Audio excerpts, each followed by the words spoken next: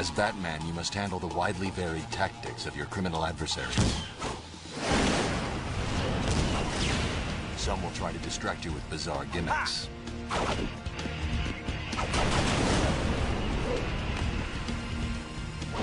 Learn to use their weapons against them.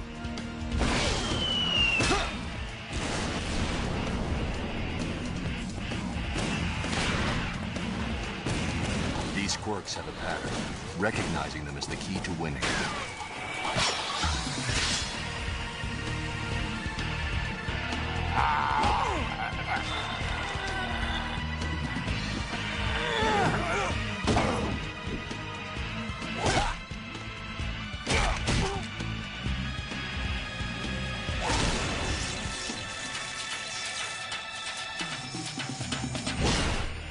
Not too shabby, huh?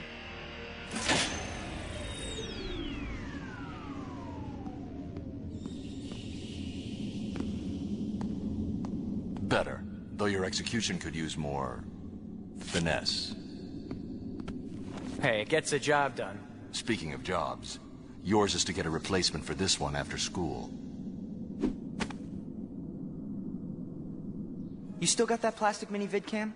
The one you can take through a metal detector? I've got it, but you're not thinking of... Some jobs are just too tough for Batman. That's when Terry McGinnis swings in action. Hi, this is Kyle Higgins, and you're listening to the Geekcast Radio Network.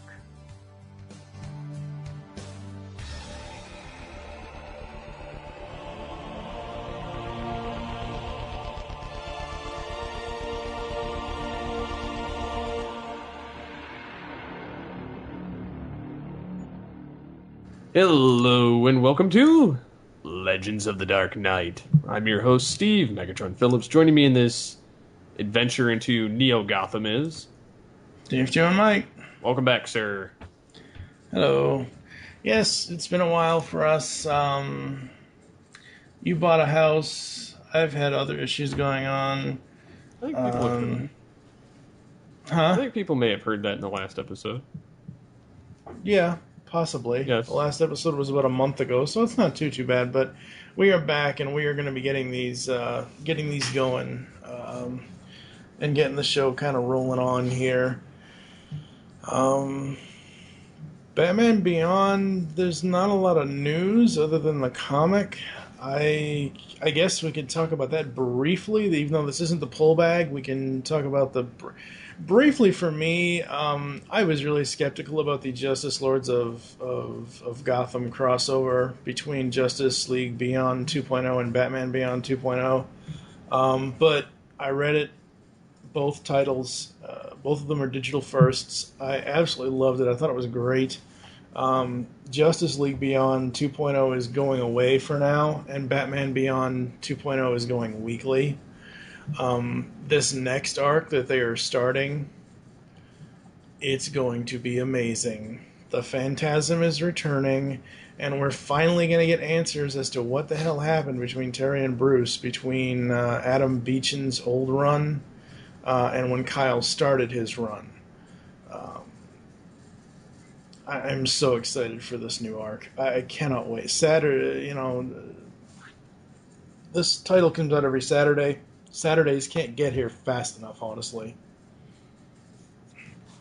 I'm actually enjoying the run. I enjoyed the crossover only for the fact that Terry had to deal with alternate Terry. Yes. And I would be an idiot not to mention the updated Batsuit. Oh my god, the Lord Batman Beyond suit was so amazing. And I'm thinking... current universe Bruce needs to adapt this now. Well, see, mix it with the current universe suit. Mm-hmm. Well, I remember in one of the issues Terry said, when Terry found the suit, he said, "Oh boy, Dick Grayson, we got to talk about some upgrades." I don't think they may incorporate some of the Lord Batman Beyond suit technology into the regular...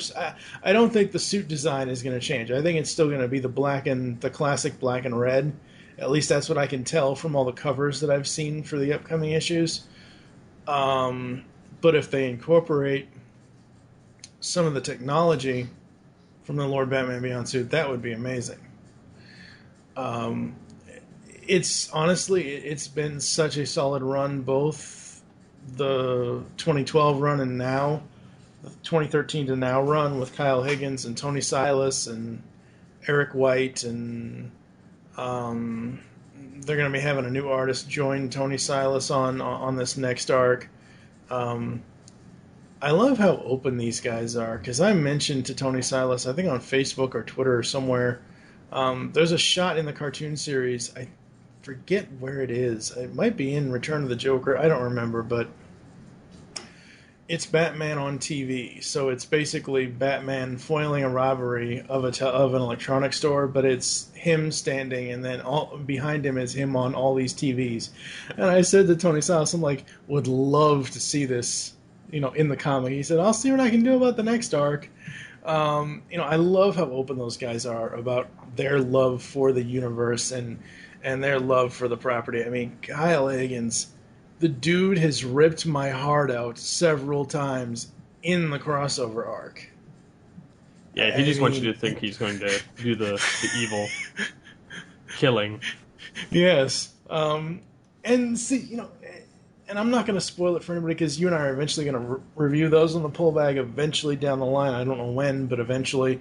I don't want to spoil it for anybody, but normally when they do anything, not just comics, not just movies, TV, whatever it is, video games doesn't count because you kill people all the time, but normally when they kill somebody off, some creators don't do a good enough job of explaining how they survived, and Kyle did an amazing job on how a certain character survives the very next issue. So there was that.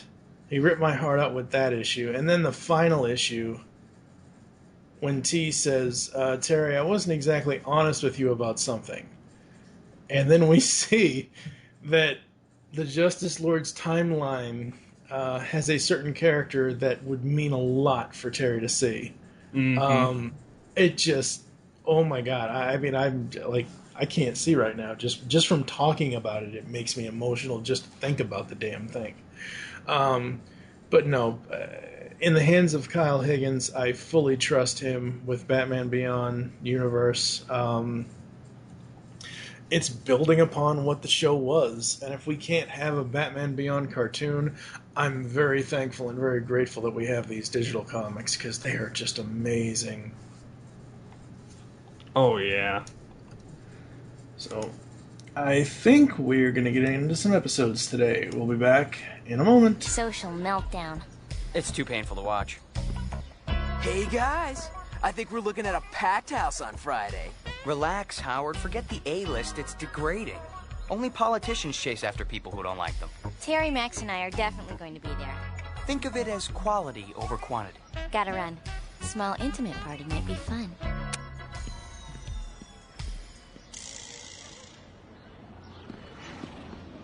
I appreciate what you guys were saying, but I still want a cool girlfriend like Chelsea or Blade. Then kids would come to me. It's a sign that you're somebody. Somebody pretty shallow. Shallow but popular. Hey, the boss's car. How about a lift? Sure, if you don't mind a side trip. I have to run an errand for Mr. Wayne. Oh, if I had wheels like these, I'd get more girls than a rock star. I did mention the whole shallow thing, didn't I? This place is great. Skip, Louie, you can stop worrying about those lonely weekends. Your custom order's ready. I thought you'd be. Everything you wanted. Blonde, dimples, the works. Oh, brunette? My mistake. Delivery's tonight. Behave yourself. Hey, Drifty, you got a purpose? I'm here to pick up a special order. Ah, you want a custom job. Something like that little Synthoid number over there? Sure, yeah. I mean, can you? Oh, legally, no. But for the right price, I'd shave a coyote. Will this be enough? Oh, yeah. Tell me what you want, and I'll make it happen. Personality-wise, she's got to be completely devoted to me. 100% loyal. Physically, around 5'7", red hair, medium length, and the coolest green eyes.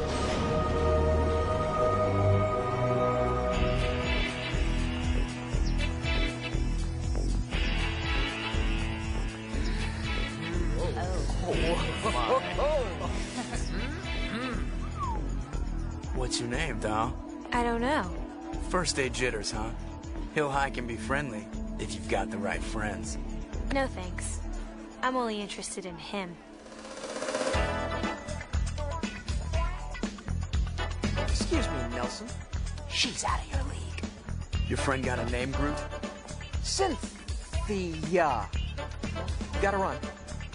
Up first is Terry's friend dates a robot, which is the 26th episode of Batman Beyond. It depicts the troubles that arise when Terry's friend Howard illegally gets a Synthoid that can double for a human. Fed up with being seen as a loser and sad no one will come to his house party, Howard believes that getting an attractive girlfriend will earn him popularity. When he goes to the Synthoid factory with Terry, he finds he can get a custom-made robot that appears to be human. However, that after Howard buys his new robot girlfriend, he learns that she is completely amoral, as well as far too possessive. Now, is it just me, or after seeing this, is this kid a younger, fat version of Howard Wolowitz from The Big Bang Theory? He could be. I swear to God, this is something that Howard Wolowitz would do.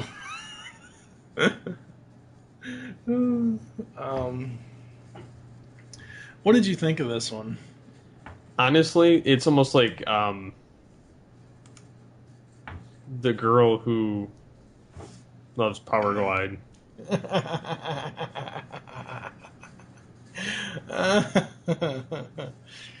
There are some cool moments in it. I will agree with you. It is not the best episode of the season. And hell, it's not even a good episode of the series. But there are some interesting moments in it. The whole teen popular thing, though, that's just... Oh, come on. Like, I know what they were going for, and I know that it's based on when this show was made, but... just so cringeworthy. Good thing Nelson was wearing his hockey pads, huh? The whole episode, though, is creepy as hell. Even more scary than any Joker episode ever. Howard should have never ordered that Synthoid. Never. Well, I think the best part of the episode is where Batman is preparing to fight the Riddler, Two-Face, and Killer Croc. Mm-hmm. And actually fights robots of them. Yeah. Because that was part of the training montage. Yeah, because Bruce, that's why Terry went to the factory, because Bruce, that's where he gets his robots. Mm-hmm. Did you notice that the robots are Zeta robots? No. Yep. They are they are in the form of Zeta, I believe. Cynthia is programmed all wrong. He should have seen what was going to be coming after he said that.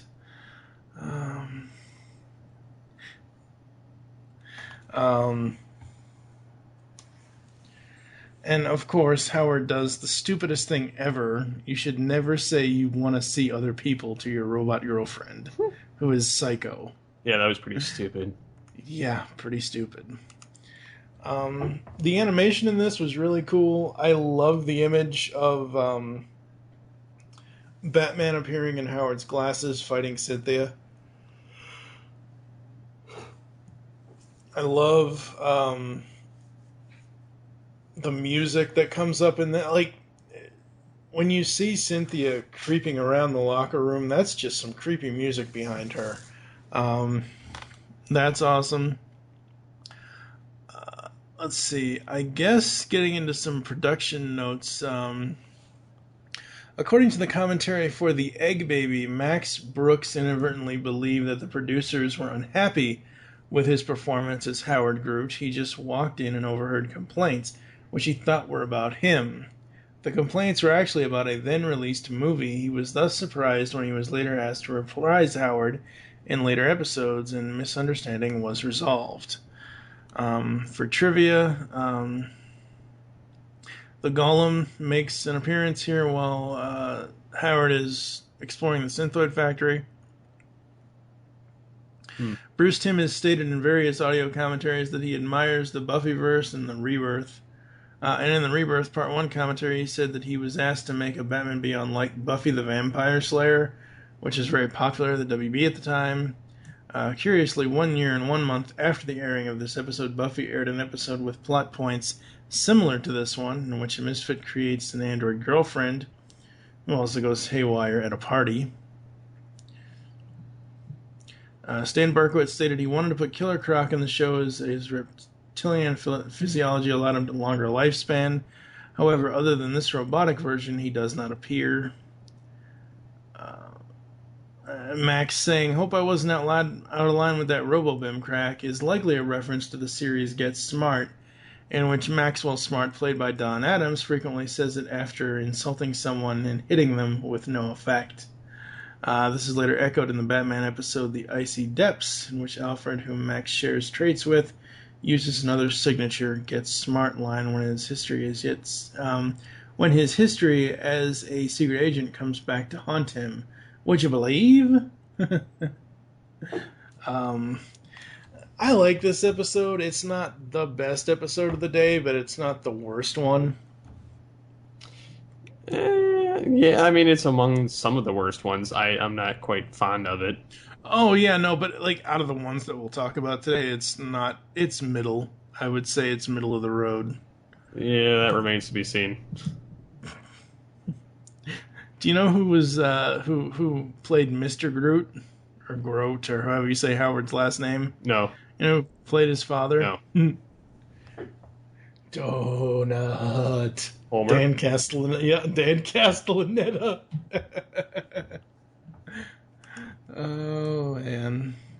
All right, we're gonna move on to the next one. Enlarge. Enhance.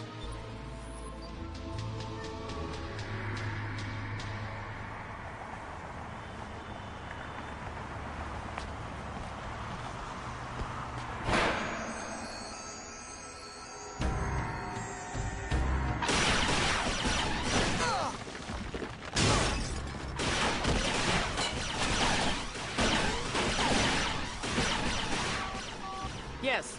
It's me. You're not authorized to use this frequency. Get off it, now. Barbara, you have to listen to me. Wrong. Those days are long gone, Bruce.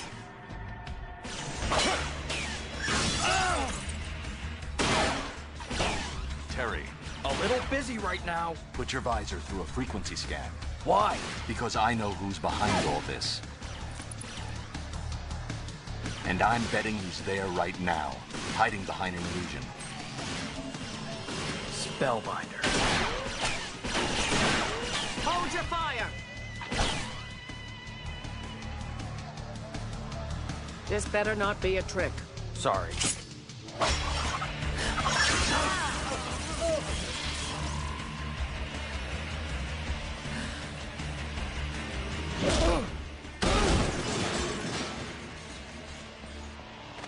Didn't know you had a shadow, did you, Commissioner? Spellbinder? He was there at the garage with us. He used his powers to create an illusion. That's why I saw you kill Mad Stan. But I didn't. I wouldn't. You were so ready to believe the worst. It was easy. Lock him up.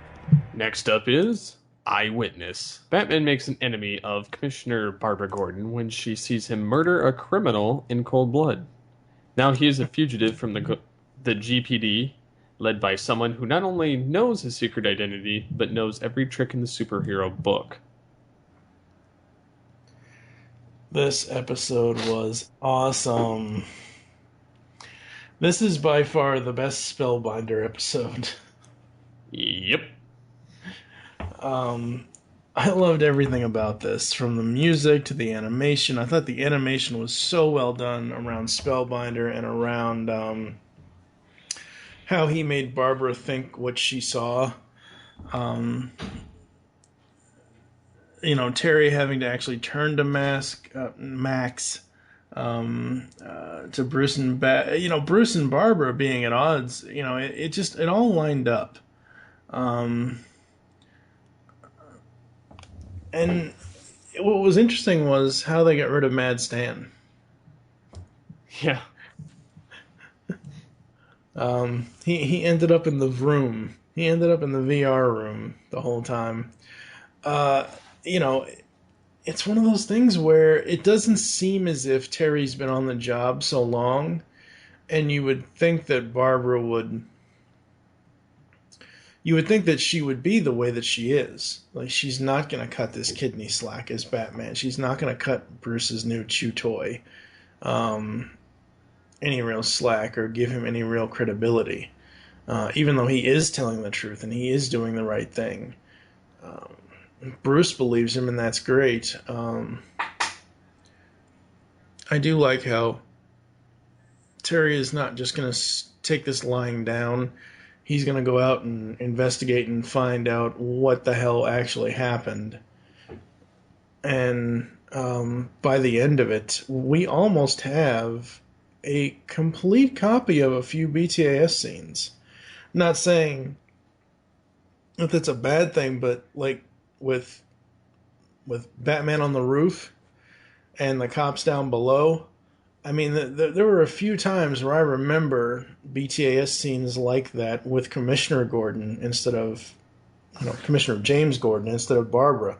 And I like how they kind of mirrored that here. I thought that was really great, that they kind of homaged the old series by doing the style that they did with the animation.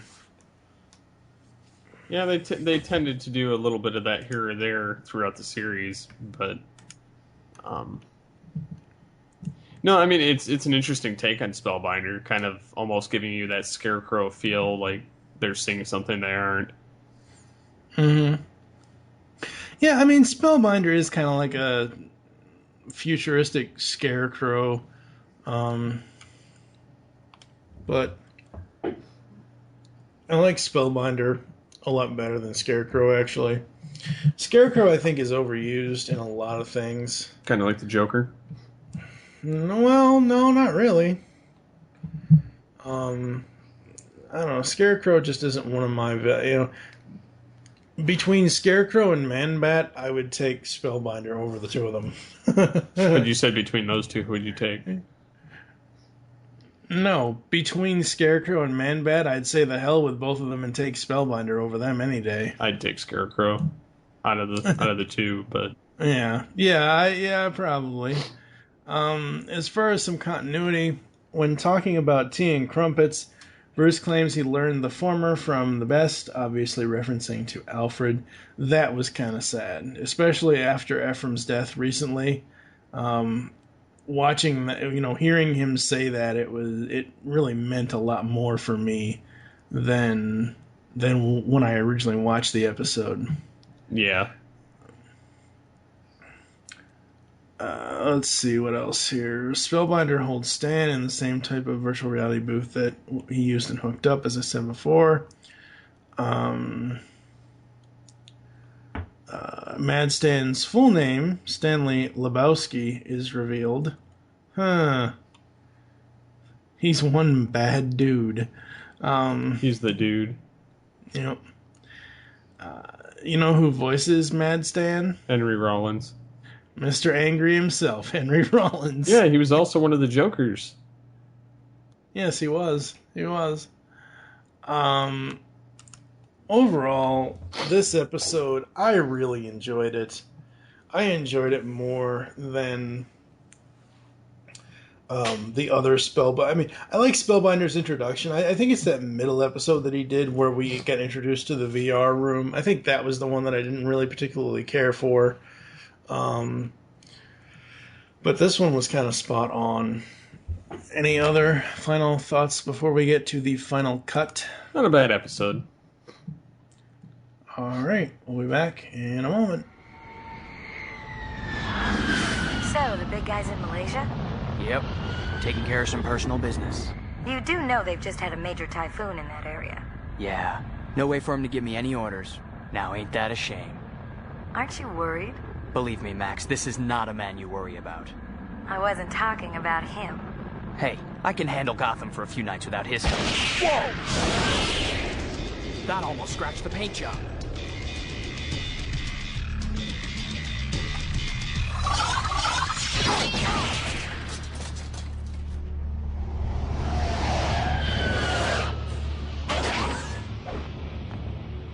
No need for violence. I was merely trying to get your attention. You got it. Who are you? Neutral Buta, at your service. For a price, of course. Buta. I've heard of you. You're a member of the Society of Assassins. I am the Society of Assassins. No need for that. If my mission had been to kill you, you would be dead already. No member of the Society has ever failed. Except one. Yes, because you stepped in to stop her. In a way, this is all your fault. What is? When you prevented Curare from killing her target, the punishment for her failure was death. Unfortunately, we underestimated her. She fought back. One by one, she hunted us down. I am the only one left. And you are the only one who can keep me that way. And why should I care to?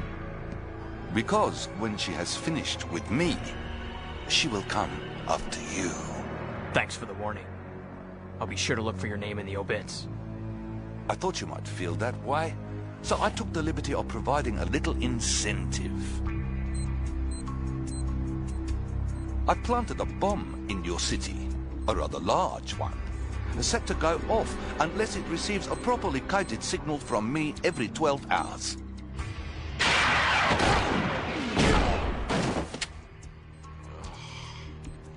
Go ahead. Take it. It won't do you any good. Only I know the codes. I'm not an unreasonable man. You help me defeat Curare, and I'll disarm the bomb. If not, if Curare gets to me first, boom. Gotham experiences a sudden population decline.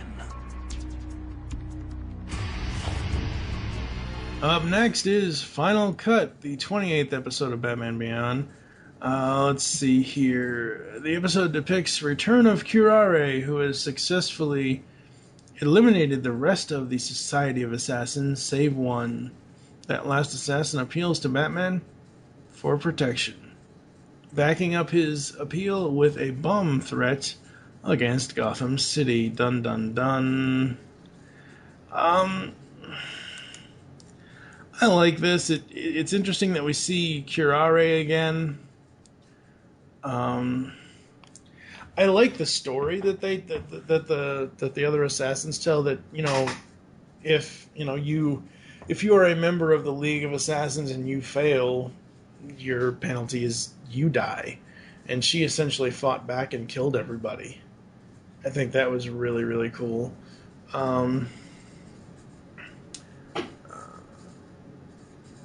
This is one thing I noticed.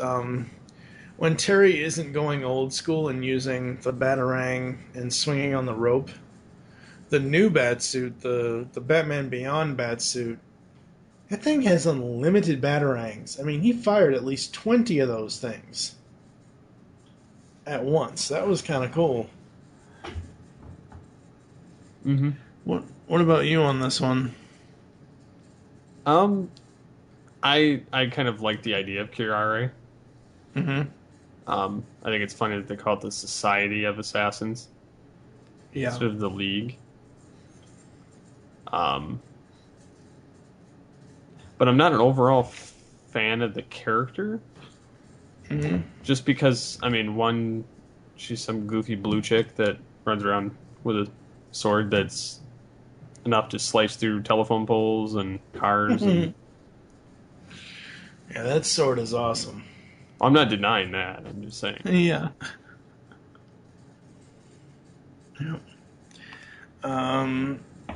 Once again, Christopher Carter, Michael McQuistion, Lolita Romanos put together an amazing score for this. I love how this show uses the music to ramp up the action scenes or quiet down the quiet scenes. When Max is looking at the hotel room, I thought that was an interesting scene because Terry's off guarding this guy, and Curare shows up at the hotel, and Max is basically pisses her pants. She doesn't really, but that's the best reaction I can equate it to. For some trivia, we've got this is the second out of 5 episodes from which Bruce Wayne is absent, the others being Hidden Agenda, Armory, Zeta, and Inkling. Botha is voiced by Tim Curry, producer's original choice to be the Joker on Batman the Animated Series. The bomb is found hidden inside a bomb casing with a little boy written on the side, reference to the atomic bomb of that name, which is dropped on Hiroshima during World War II. The particular type of catapult on which Curare is trapped is called a trebuchet. Max defuses the bomb to the same manner that Batgirl defuses a chemical weapon in the New Batman Adventures, Sins of the Father, ripping out the wires, stopping the counter a few seconds before detonation, and asking, "Can we go home now?"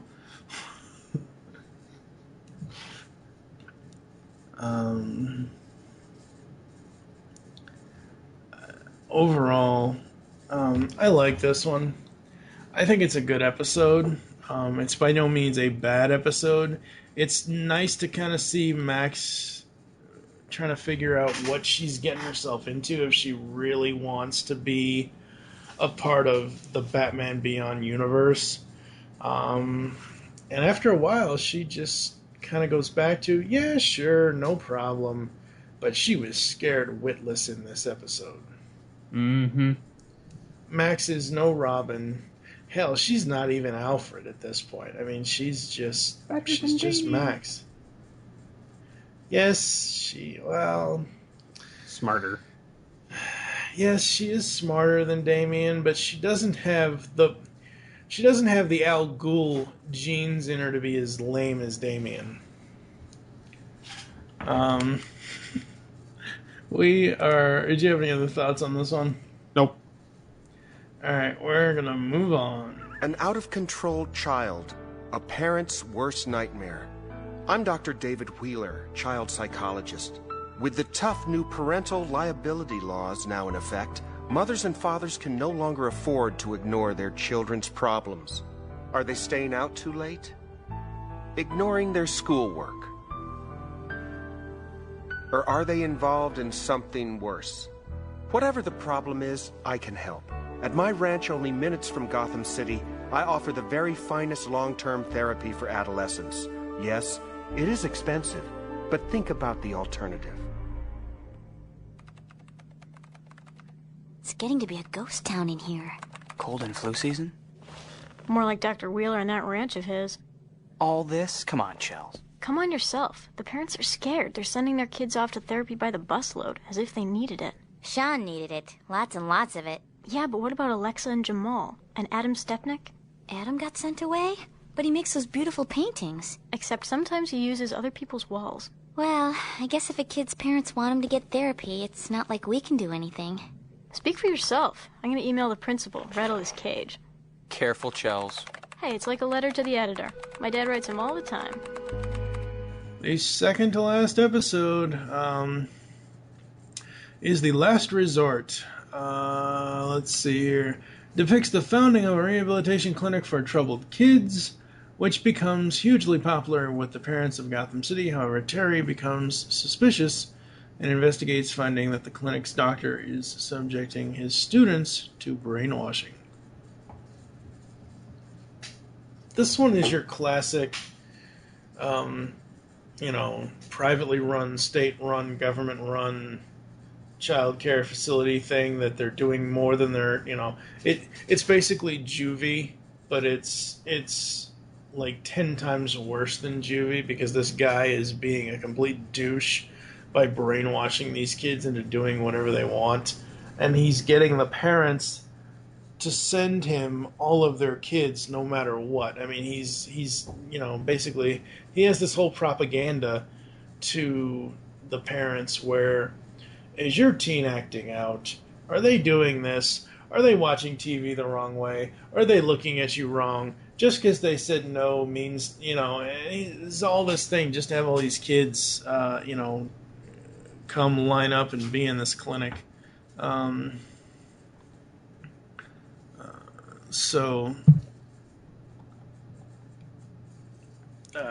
It's just one of those things where this episode was alright. It had a couple of moments I liked. Not a lot of them. What I did like is that John Ritter is a voice in this. Because my note was, hey, it's Jack Tripper from Three's Company. And the funny thing is,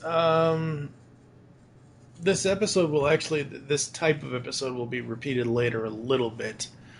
When we get to another one.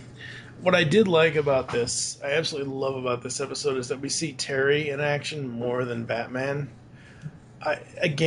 We need to build up Terry. Like, okay, he can put on the Batsuit, he can use the gadgets, he can stop the general clear-cut bad guys. But in order for him to figure out what's going on in a place like this, he has to be a Dark Knight detective. And I really liked that he was doing that here. I thought that was great. Alright, so with continuity, Terry alludes to Zeta and Meltdown when he makes a joke about chasing renegade Synthoids and living heads. Jurgen and Blade have broken up. In the Egg Baby, they are back together. For production notes, Zeta was produced before this episode, but aired much later, which is why Terry's reference about renegade Synthoids seems out of place. Let's see, trivia. The first episode in which Terry does not throw a batarang. There are some similarities between this episode and the original Star Trek episode Dagger of the Mind, in which outwardly respectable psychiatrist is using torture and hypnosis to force his version of right thinking on his patients. Hey, there you go. Batman Beyond and Star Trek. I don't remember that episode, but... Well, it says Star Trek, so I assume it's the... it is the original series. It is the original series. I know the episode title, I just don't know what happens in that episode. Rachel Lee Cook replaces Yvette Lowenthal as the voice of Chelsea. Bruce shoots down Terry's idea of going to the police because recordings from the Batsuit's microphone are inadmissible as evidence. Oddly, in Return of the Joker, Terry gives such a recording to the police when Jordan Price is arrested. However, Bruce points out that he may have had a hard time explaining where he'd gotten the recording as the reason. This one, I liked it. I thought it was interesting, but I honestly have no idea how I'm going to rate these episodes, this podcast, because most of them are so middle of the road. They have really cool moments in them, but they're not overall exciting episodes. Yeah, I kind of agree with you. So, all right, we're going to get to the last one after this. Laid off? Paxton Powers wants to move the Light Weapons Division into new areas. You mean he wants to dump me and hire someone else at a lower salary? I won't dignify that with an answer. Due to recent market reversals, your severance package, alas, will be modest. I built that division up from nothing.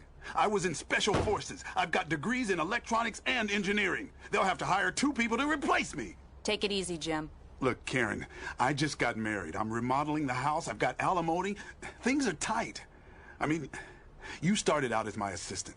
Put in a word for me. Let me outsource as a consultant until I can find something else. There's nothing I can do.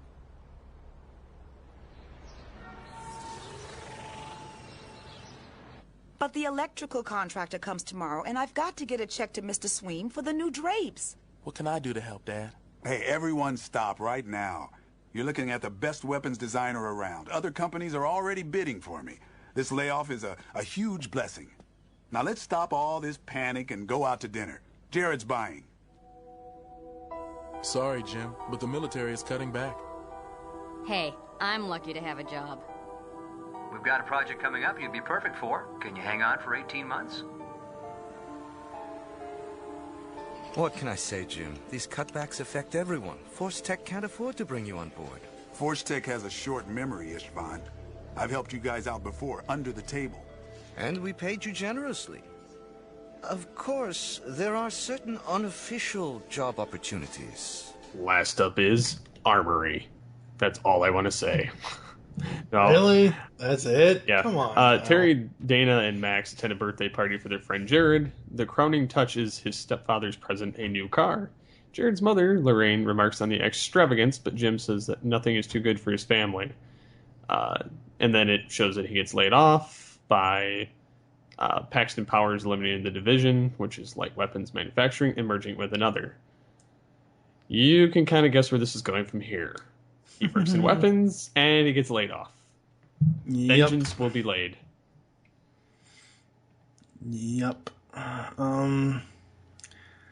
It's, it's not a bad episode. It's a nice little commentary on, family, blended families and, a mom and a son and a stepdad. We kind of had this a little earlier in season 2 of Batman Beyond with Earth Mover, only this one isn't as creepy as that one was. Once again, animation, top notch. I love how Armory looks. I love his vehicle. I thought his vehicle was great. But this isn't one that I would probably watch more, on a regular basis, but it isn't one that I would just throw away at all. I like it. I think it's really cool. It's a nice... What I love about this series is how deep they can get. Sure, Last Resort isn't the best episode in the world, but at least it shows you an issue that teens are facing.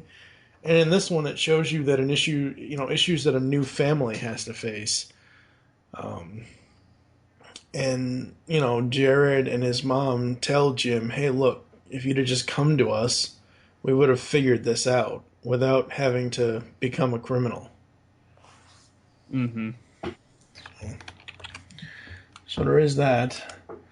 As far as trivia, there's not much. Jim Tate first appears in the first season episode Spellbound. The music at Jared's birthday party is used again in the opening club scene in Return of the Joker. This is the 3rd out of 5 episodes from which Bruce Wayne is absent. Casting, Dorian Harewood is Jim Tate.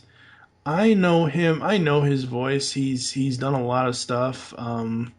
He was the voice of Jim Rhodes' War Machine in the Iron Man 1994 cartoon series. And you have Corey Burton in here as Hedge Dash, one of the guards, I guess. He was Hedge Dash worked with Jim. Oh no, this was the guy that was trying to help Jim look for a job. This was the middleman guy. He was voiced by Corey Burton. That's kind of awesome. I do love Dana's one of Dana's quotes in this. Talk, let's dance.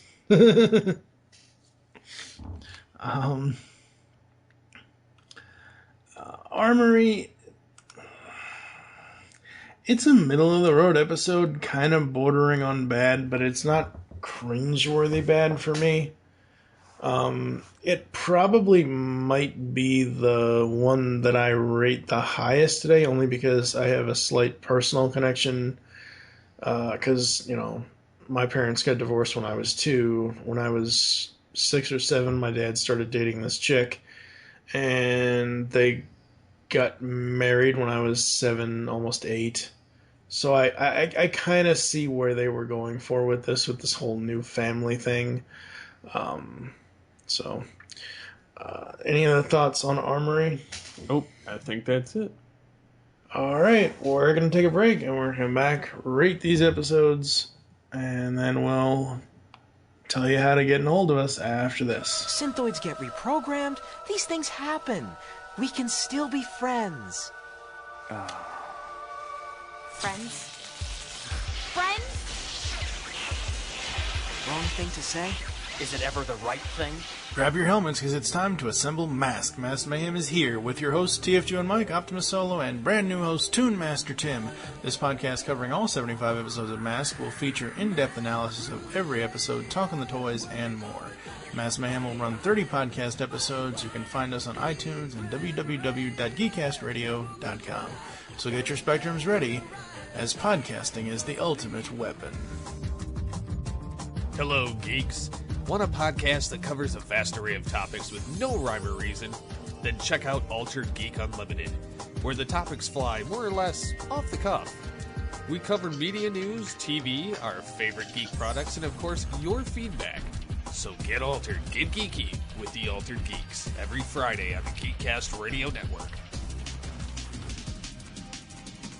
So that wraps it for this episode of Legends of the Dark Knight. So what are your top 5 episodes of the night? I'm going to have to put Final Cut. No, I'm going to put Last Resort at the bottom, then Final Cut, then Terry's Friend Dates a Robot, then Eyewitness is number 2, and Armory is number 1. I'm actually going to go with the same setup, only because they're all about even to me, and I do think that those are the bottom feeders. So yeah. Coming up next, we have some of the best episodes of season 2. We've got Sneak Peek, The Egg Baby, Zeta, Plague, and April Moon. I think the only one out of that I don't care for is Plague. But Sneak Peek, The Egg Baby, and April Moon are 3 of my favorite episodes of the entire series. So that's coming up in episode 33 of the show. How can the people get in touch with us? Well, they can get in touch with us by visiting the website, geekcastradio.com, where you can comment on the episode and all of our different podcasts. You can rate our show on iTunes. You can leave us feedback there. You can call the voicemail line, 502-526-5821. You can become a fan of us on Facebook by searching Geekcast Radio Network.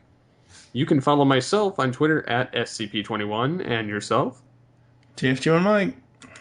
So until next time, singing the mortal words of Batman, I am vengeance, I am the night, I am Batman. No, you're not. I got worried when you didn't come back. Bet you brought one of your old bat suits with you. You'll never know.